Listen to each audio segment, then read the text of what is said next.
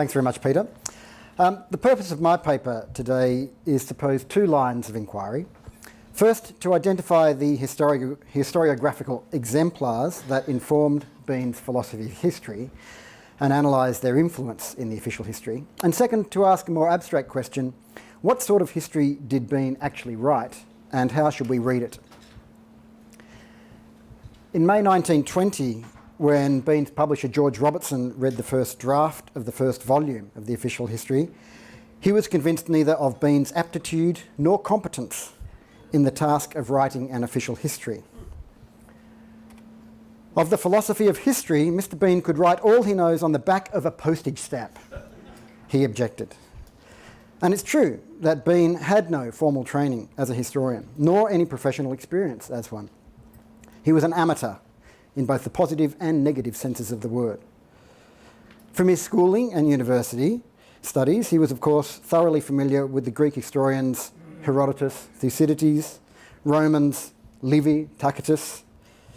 Yet, as R.G. Collingwood observed in his book The Idea of History, simply having a classical education does not qualify a person to answer questions about the object or method of historical thinking. No one is likely to answer them worse, suggests Collingwood, than an Oxford graduate who was once a student of history and thinks that this youthful experience of historical thinking entitles him to say what history is, what it's about, how it proceeds, and what it is for. This is precisely how Robertson perceived Bean. Yet the publisher was hasty to so contemn Bean's understanding of the philosophy of history, and especially the field of military history. Not only had Bean studied the classics, but his co-curricular interests had seen him reading tract after tract of British imperial military exploits and writing insightfully about international naval policy. Examining Bean's personal library at the AWM sees him making many marginal observations in copies of Napier's account of the Peninsular War and Carlyle's History of the French Revolution. Above all, as Bean's biographers note, as a boy he had excitedly paced out the battlefield of Waterloo and had read and reread various accounts including Seaborne's The Waterloo Campaign and Cotton's A Voice from Waterloo. These alerted him to the importance of detailed facts and eyewitness accounts in establishing historical veracity. He was therefore no stranger to military history. Robertson's reference to the philosophy of history remains pertinent, however, because it raises the issue not simply of having read history, but having a theoretical conception of the writing of history. In analysing the methodology that informed Bean's practice of military historiography, we are fortunate to have any number of instances where he spelled out how he approached his task. These range from the prefaces to the various volumes of the official history, to a series of addresses he gave to the Royal Australian Historical Society over the course of his 23-year project. The principle that emerges head and shoulders above all else is the privileging of eyewitness accounts to establish the accuracy of events. The primary witness is, of course, Bean himself. No other official historian of the Great War comes close to his level of engagement with the events that they narrate. Moreover, Bean corroborated his own accounts with those of as many participants as possible, all the while distinguishing eyewitness accounts from second-hand reports. Indeed, Robin Gerster goes as far as to suggest that the official history displays an almost excessive faith in the factual worth of eyewitness testimony. Bean's practice of interviewing participants to understand the events in a battle, rather than relying simply on staff officers and written orders, was seen, in fact, as a radical move for the time. Indeed, when John Keegan came to write about soldiers' experience in battle in the 1970s, he singled out the Second World War American writer Slam Marshall as one of the first to incorporate the experience of individual soldiers in official military historiography.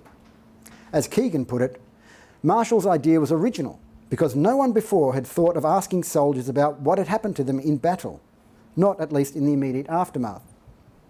Well, it turns out Bean had been doing this a whole generation earlier. And we owe it to Bean, I think, to make this better known in the international field of military historiography.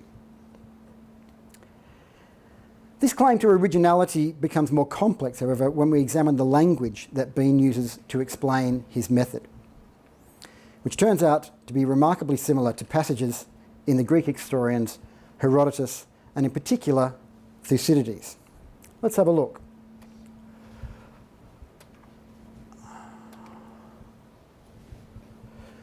With regard to my factual reporting of the events of the war, either I was present myself at the events which I have described, or else I heard of them from eyewitnesses whose reports I have checked with as much thoroughness as possible. Sounds like Bean? Thucydides, of course. From Book 1, Section 22. And now let's see what Bean wrote. The writer has derived his information as far as possible only from those who actually saw and took part in the particular events narrated. The writer himself, either on the day of battle or soon afterwards, visited as far as it lay in him the possibility to do so every important trench or position. It's very close. I've written previously about how Bean quotes directly from Thucydides in the last paragraph to the official history. And Peter Londy has explored at length how the values of 5th century Athens found in Thucydides' work inform a raft of Bean's ideas and projects. We're all familiar with the funeral oration of Pericles. Here in the preface to Volume 1 of the official history, we see him virtually ventriloquising Thucydides to explain the most important aspect of his historiographical method. This suggests two things. Firstly, that Robertson's postage stamp must be quite large, and secondly, that Bean's method is not necessarily as new as has been claimed on his behalf. The debt to Thucydides becomes more profound when we examine the epilogue to Volume 1, where Bean reflects on the experience of the Australian soldier in the first 10 days at Gallipoli and asks rhetorically, what motive sustained them? What motive impelled them? He answers, it lay in the mettle of the men themselves. To be the sort of man who would give way when his mates were trusting to his firmness, that was the prospect these men could not face. Life was very dear, but life was not worth living unless they could be true to their idea of Australian manhood. Now there's more than a distant echo here of Pericles' funeral oration, reflecting on the reasons of the Athenians' courage. When the reality of battle was before their faces, they put their trust in their own selves. In the fighting, they thought it more honourable to stand their ground and suffer death than to give in and save their lives. This type of metonymic homology between soldier and nation is central to Bean's project. And just as the Bush influence was a predetermined ideology for him, so too we can see that his ideals of heroism and sacrifice are borrowed from an earlier source. Apart from Greek and Roman influences, Bean was clearly aware of the models and legacy of various Victorian military historians. When George Robertson wanted to convince Bean to submit his work to a literary editor, he wrote to him asking, do you think that Napier and Kinglake and others of that ilk received no help?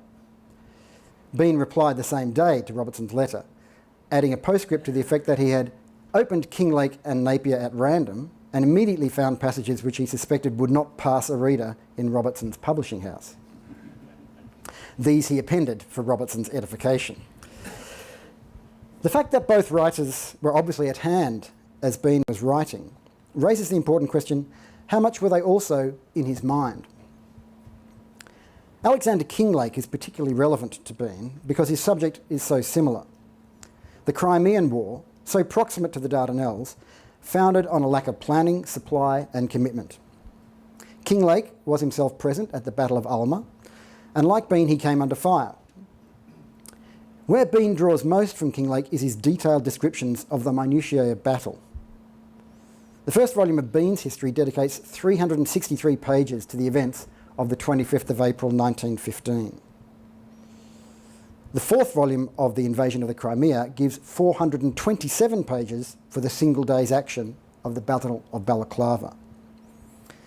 There are some 200 pages devoted to the 20 minutes of the Light Brigade's charge alone. That Bean's detail and intense focus is not unique can be seen in the following passage from Kinglake. A shell came into their midst while the volunteers were still gathered close to the heap. A voice cried, "The fuse is burning!" Then instantly, and as the narrator says, with one spring, Captain Peel darted on the live shell and threw it over the parapet. To any reader familiar with Bean, the parallels here are striking. The passage could in fact pass unamended into the official history without comment.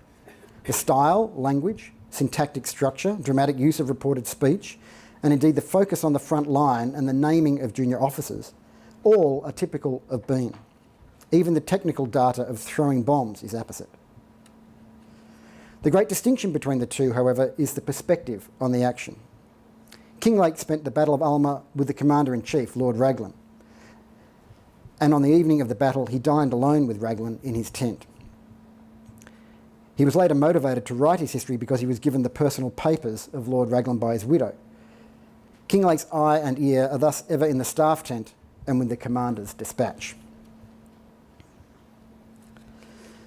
Bean's approach is even more distinct from William Napier, who writes his account of the Peninsular War in a highly partisan manner, intent on praising Napoleon and denigrating the Tories. I would say it's most likely Kinglake and Napier that Bean has in mind when he had originally accepted the notion that thoroughly interesting history can only be written in a partisan spirit, he'd said.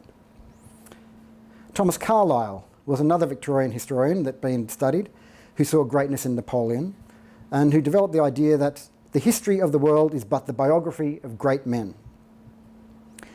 This is, of course, a concept that Bean rejected in order to reify his democratic ideal in the common Australian soldier.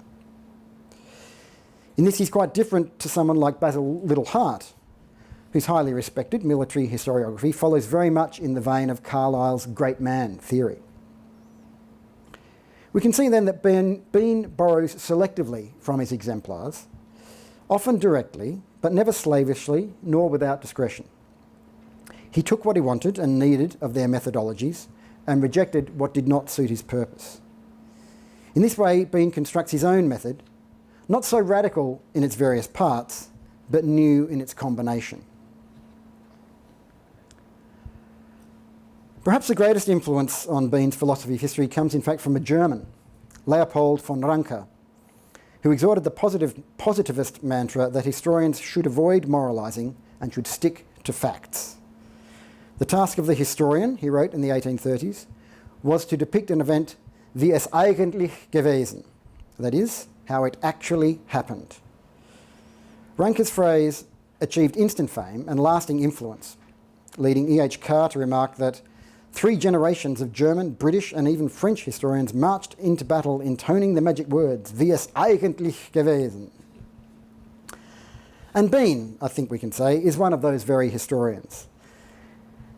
Indeed, in his address to the Royal Australian Historical Society in 1938 on the writing of the official history, he takes up Ranke's dictum, stating specifically that a historian should attempt to exhibit events, causes and results as they actually happened on the world stage. Ranke's objective philosophy of history was championed at the turn of the 20th century by the British academic historian Lord Acton, whose belief that history could be neutral is the ultimate expression of the positivist ideal. He even exhorted historians to state things in longitude 30 degrees west, that is, in the middle of the Atlantic Ocean, with no national bias. According to Acton, Ranke taught the age to be critical, to be colourless, to be new. And Bean can be seen to follow these principles that Acton takes from Ranke, to be critical, colourless and new, although his success in each is open to question. In terms of being new, Bean's preparedness to look beyond the view of the officers and staff certainly attracts attention. As Robin Gerster notes, it's been remarked to the point of cliché that this is a history of the man at the front. The adherence to being critical is obvious in Bean's declaration to adopt the old legal rules of evidence and sift hearsay and opinion from provable facts. Likewise, his determination to record the plain and absolute truth and to tell the bare, uncoloured story sees him mimicking Acton's decree to be colourless, though his journalism was much criticised during the war for this same tendency. We can see this ethos operating in his complaint that he won't salt his correspondence reports to rouse the blood, or his dispute with cameraman Frank Hurley about combination pictures. But it's one thing to declare oneself neutral and objective, and quite another to maintain this stance. Bean's pursuit of accuracy is legendary, of course. As Ashmead Bartlett is reputed to have said, "Oh, Bean, I think Bean counts the bullets." Yet when we see Bean in the preface to the first edition of Volume 1 insist 3 times in the space of a single page that he's motivated to ensure the complete accuracy, to pursue strict accuracy, and to search for rigid accuracy, then it seems that he is perhaps protesting too much. Indeed, it's surely a truism that the more objective a writer insists their methodology is, the more susceptible they are to ideological refraction. At this point, Ranker's positivist theories become something of a smokescreen to deflect any possible criticisms of partisanship. To take just one issue where Bean's commitment to accuracy seems to fall short, we might consider the popular image of the tall, brown Anzac towering over his fellow Commonwealth troops. Bean took great pleasure in watching the Australians in Cairo, noting in the official history how the little pink-cheeked lads from the Manchester cotton mills looked like children when compared with the huge men of the Australian regiments. And I'm sure they did. All the English writers commented on the physical appearance of the Anzacs with a greater or lesser degree of homoeroticism. Bartlett's line about a race of athletes is still being quoted today. This apparent physical superiority of the Australians confirmed for Bean his pre-existing ideas about the benefits of rural life compared to urban. And he discourses on many occasions. The Australian environment and the way of life had simply bred a superior physique. Significantly, however, all these comparative assessments stem from the descriptions of the first contingent of the AIF, either in Egypt or at Gallipoli. At this time, the minimum height requirement was 5'6", and the medical fitness standards were very rigorous. Ernest Scott writes in the domestic volume of the official history that it's hardly surprising the physique of the first 20,000 Australian soldiers was commented upon, because the inspecting doctors seemed to judge them as though they were selecting models for a Rodin or a Bertram McCannell sculpture, rather than troops for war. It takes the eye of an artist like George Lambert to see the distortion for what it is. You know, he said to Bean in 1919, when they returned to Gallipoli, we constantly picture Australians as tall, wiry men, whereas the average Australian, if there is one, is short and stout. But those tall men of the first contingent have always been held forth as representative of the Australian male in general. And the comparisons made in 1914 and 1915 remain unchallenged as truthful and accurate. And today it's not Lambert or Scott who is quoted, but Bartlett, Masefield, Mackenzie, or the exuberant Bean of Volume 1.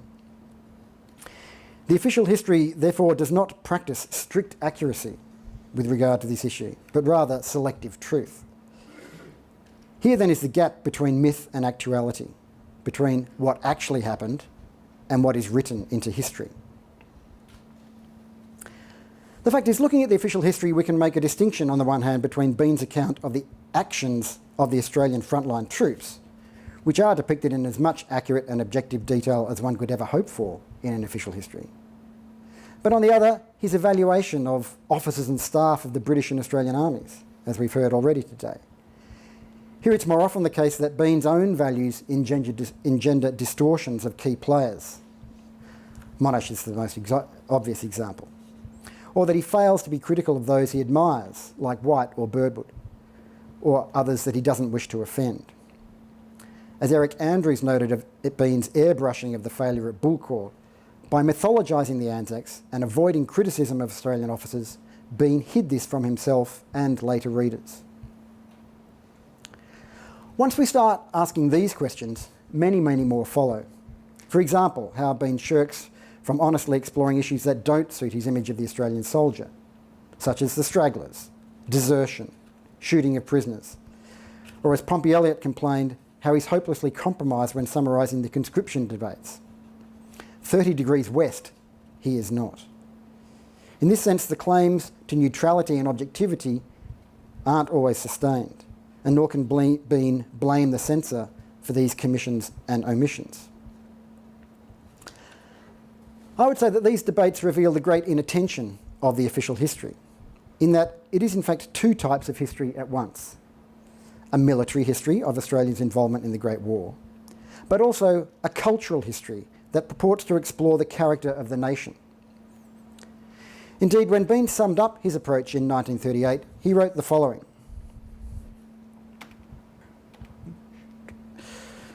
The first question for my fellow historians and myself clearly was, how did the Australian people and the Australian character, if there is one, come through the universally recognised test of this, their first great war? This statement makes it plain that Bean conceived his work not simply as military history, but as a national history on a grand stage.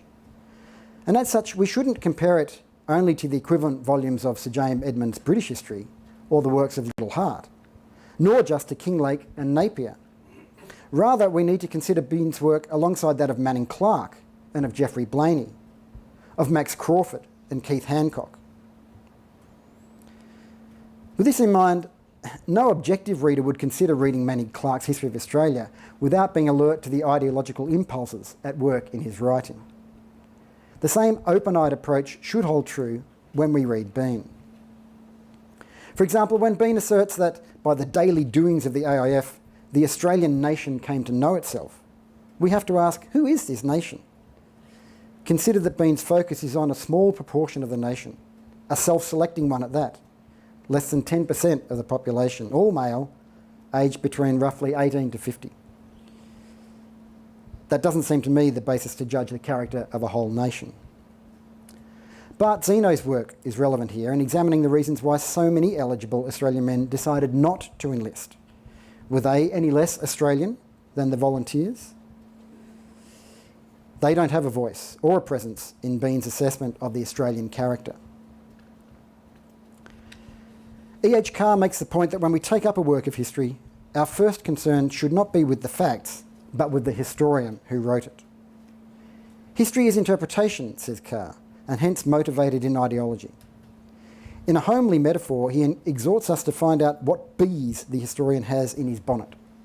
Always listen out for the buzzing, he advises. There are many obsessions and plenty of buzzing in Bean's history. And whilst mostly suppressed in his battle descriptions, it comes out like a horde of hornets when he discourses on the Australian character and the nation. How am I going? Fine, okay. One of Bean's obsessions, or buzzings, is Homer and his epic poem, the Iliad. The parallels between Gallipoli and Troy have long been commented on, and almost all the English writers on the campaign indulge themselves with overt references to classical literature. Nevertheless, the general consensus is that Bean eschews these allusions entirely. John North's observation in 1936 that the only mention of Troy is that of a private soldier of the name has since been taken up and repeated by Robert Rhodes James, Robin Gerster, and a host of others since.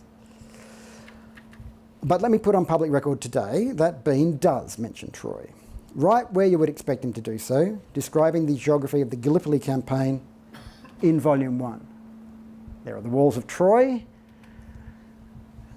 Forts 4 to 6 were on the southern side of the mouth of Carlyle, less than 4 miles from the ruins of ancient Troy, of which the excavations could be seen from Cape Helles on any clear day. Okay, so it's not a big reference, but more significantly, the language and the values of the Iliad, I would say, suffuse the entire official history in descriptions of military operations, as well as the wider cultural interpretation of the character of the Australian soldier. For example, when Bean writes in the epilogue to Volume 6 of Great-Hearted Men, he's quoting Homer. When he observes in Volume 1 how an exquisite rosy-fingered dawn greeted the convoy crossing the Indian Ocean, he's quoting Homer. And when he suggests in Volume 3 that in the battle in Munster Alley, the men on each side were as dependent as the Homeric Greeks and Trojans on their sheer strength and endurance, I think he's invoking Troy and Homer.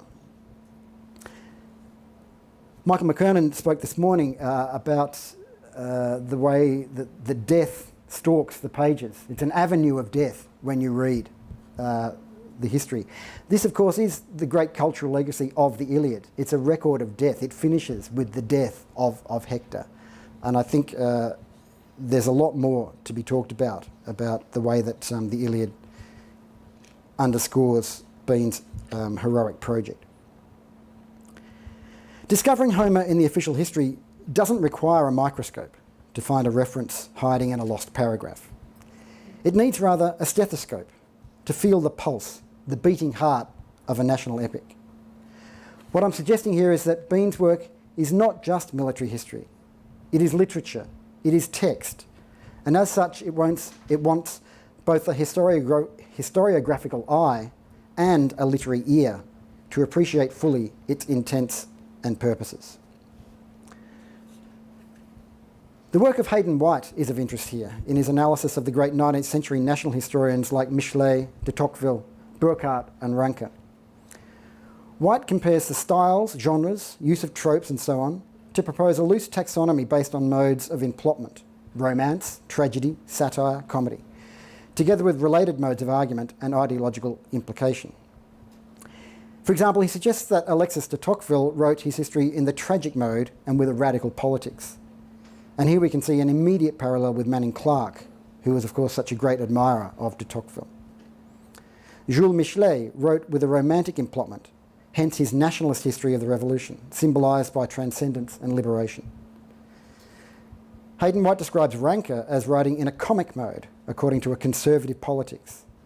He describes his argument as organicist, characterised by the crystallization of some integrated entity whose importance is greater than any individual entities analysed or described in the course of the narrative. This mode is typical of nationalist historians, he says. Applying White's categories to the official history, we see that, like Ranke, Bean uses an organicist argument and professes a conservative politics. And this makes him very attractive to politicians wanting to promote ideals of social and cultural unity. Satire is anathema to Bean, likewise tragedy. When he attempts to portray the individual Anzac soldier as a symbol for the nation, he strays into the romantic mode, though as White stresses, this is generally characterised by a far more colourful style, which Bean generally avoids. His, therefore, is the comic mode, which White identifies with the harmonisation of society and the reconciliation of conflict, precisely the teleology of the official history. So where does this leave us? As an account of the daily experiences of the Australian military throughout the war, the official history is a remarkably accurate picture of operations with an extraordinary amount of personal detail. But as a critical evaluation of that experience, the work is understandably coloured by the personal views and cultural ideology of its author, just as most history is. Indeed, I would say that the best writing in the official history, the most interesting ideas, are in fact those passages that are the most ideologically motivated. This bias, for want of a better word, need not be a problem if modern readers could sift and contextualise the writer's perspective. But too often latter-day commentators only praise the objectivity of description and don't acknowledge the subjectivity of analysis and interpretation. Most dangerously, they infer that Bean's reputation for accurately reflecting the battlefield applies also to his theories of the Australian character and nation. We do Bean a disservice if we do not acknowledge his great strengths and his great achievement, but we do ourselves a disservice if we don't continue to critique this work and its legacy. Thank you.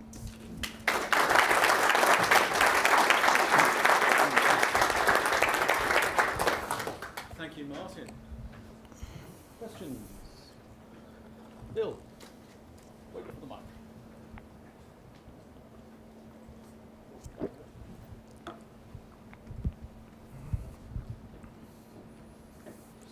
Bill Houston, you hinted but did not specifically come out and state that Bean was trying to create a national hero myth, a la perhaps the Iliad and the Odyssey. And also, you, when talking about the tall bronzed Australian Anzac, you didn't mention that he also seems quite often to talk about the strengths obtained from the Australian bush at a time when Australia was the most heavily urbanised country in the world. Yeah, well, that's the myth in action, isn't it? I mean, Australia was the most suburbanised country in the world, and yet we tell ourselves that the bush is what gives us our character. I think we've got to remember that Bean himself did grow up virtually in the bush in Bathurst, and certainly spent a lot of time there, and his journalism took him on those great projects down the Darling, out on the Wool Track. So he was aware of the legacy better than most, I think, and he saw those types. But you see in the official history, he's constantly drawing attention to the country origins of soldiers, and wants always to see that that's the reason that they are better, rather than they're volunteers, they're not conscripts. So I would agree that the Australians probably were vastly taller, vastly more athletic than those lads from the Manchester cotton mills. But unless we acknowledge that Britain's already lost thousands of men in 1914 and these guys aren't the best of the best, then we're not getting a truthful picture. Chris. And the danger is that, as I said at the end, it's not really Bean that I'm complaining about here. It's the politicians who go straight to those passages and quote them uncritically today. Well, thanks for that really interesting paper, which I think had some really nice connections with Michael McKernan's paper. I mean, the sensitivity to Bean as a writer of literature. But actually, a question that I thought actually hearing Michael's talk with this glorification of Australian manhood, I guess from the vantage point today, it's pretty clear that women really don't get much of a look in, nor do people of non-Anglo-Celtic background. So, I mean, product of his time, but would you like to comment anything about that? Especially if we're saying that, Bean is representing something about the Australian nation at that time, it seems a very partial view to modern eyes, I guess. Yes, I think we've got to be careful not to over-criticise here. But Lloyd Robson's work on the origin and character of the first AIF demonstrate that, for example, a quarter of those men weren't even Australian born. So that seems to skew. How can you judge these people as being representative of Australia? I mean, if we think about Simpson and his donkey, Simpson, he's English, he's a deserter, and yet he ends up as an Australian hero. The lack of women, the lack of any breadth of ethnicity is a worry, but that's what Bean was working with. Australia in 1915 was the whitest it ever was and the whitest it's ever been since. I mean, it's just a curious moment that has happened, that's who the population were then. It's before a lot of most of the Chinese have gone, and the Greeks and the Italians are yet to come. So Bean is working with a pretty homogenous group of men, but no women. I don't blame him for that. What I don't like is when people want to keep going back to this as if it's somehow representative of, completely representative of the nation, and that it remains representative of the nation. That's the danger. It's like he's too good. It's such evocative writing, those moments when he lets fly about the character of the Australian nation. But unless you're prepared to do the contextualising, you suddenly realise you've been hooked. We've got 1, 2, 3. Thank you for a really astute paper, and great to hear someone talk about Cyborn and Kinglake again.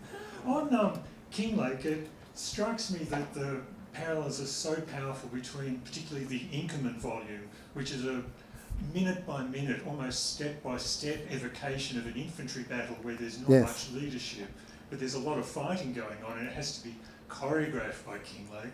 And I remember seeing Bean's volume of Kinglake in Peter Stanley's volume of the Inkerman history in the War Memorial Office, in Peter Stanley's office. But I wonder whether a real parallel there is that, in a sense, both the writers were carrying a dead man's trust. Kinglake obviously carried his commander-in-chiefs. Bean's carrying the ordinary soldier. Yeah, that's a lovely point, I think. That's a really nice point. And so Kinglake is certainly trying to make sure that Raglan's legacy isn't besmirched by other people treading all over it, and wants to honour that. And you're absolutely right. Bean's dedication to those great-hearted men is astonishing, and it's what it's what gives the official history its greatest character. I hadn't thought about it in those terms. It's really nice. Chris Clark. Chris Clark, thank you for your paper, Martin.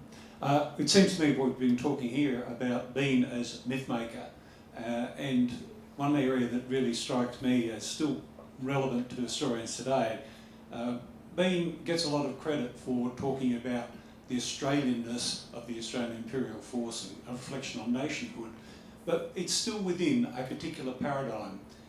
Bean is very much the imperial patriot, and I think that dates his work for future generations, because imperial patriotism really has very little relevance to modern Australia. So I think there's plenty of scope here for future historians to remine the area of the First World War and Bean's scholarship. Would you agree? Yes, I mean he's in this curious situation of always wanting to celebrate empire, and yet always wanting to distinguish Australia within that empire. It's like a federated empire for Bean, I think, where each of the constituent nations has the same value. He used to quote Kipling's line, "They little know of England to only England know," if you like. So, or Britain, the empire. He really hated those toffee-nosed Englishmen who just assumed that they were better than everyone else, and the empire simply was there to serve the interests of the home country. He could see something greater for empire, the spread of British culture, but he was also obviously a Democrat, and it's a curious amalgam of conflicting loyalties. I think there's more work really to be done in the comparison with Manning Clark, because Manning Clark's writing about a lot of this period as well, and the way Manning Clark uses those narrators, when he uses Deakin and he uses Lawson, these were people who Bean knew a lot about as well. Manning Clark takes his politics from Lawson, but his culture from Deakin. Bean's the other way around. He takes his politics from Deakin and his culture from Lawson. I think there's more to be done in looking at the way that these ideas about the Australian nation have been generated. Yeah, modern paradigms. To what extent was Bean with his foundation myth of the Australian bronzed bushman drawing on and shaped by Henry Lawson Van Tilda? Was that a paradigm that already existed that he enhanced? Yeah, yes, very much so. It's not so much Lawson, because Bean wasn't in Australia, for the 1890s. He came back and he became a very good friend of Banjo Paterson. And certainly, as I said, Bean's politics are very much more Paterson than Lawson. But those expeditions he made into outback New South Wales brought him into touch with all the people that Lawson had written about, the real people, as opposed to Paterson's faux bush characters. So those 8 articles that he wrote that were published in 1907, 1908, he talks about the Australian character, and it's exactly the same image which he then develops in the official history. I didn't have time to go through it today, but I mean it's crystal clear that what the war experience does is confirm for him all the ideas that he's already established, there's a lot of discussion in those articles about the Australian physique. There's a lot about the coming man, quite eugenicist principles, that there was, the free spirit of the bush, the better environment was breeding a superior physical specimen. He strongly believed in that. And he writes about it in the official history too. I mean, he discourses about this, how the average Australian school kid thinks nothing about going camping on the holidays, it's all this sort of stuff. As if no one else in the world does this. Martin, thank you very much. Can I ask you to thank Martin?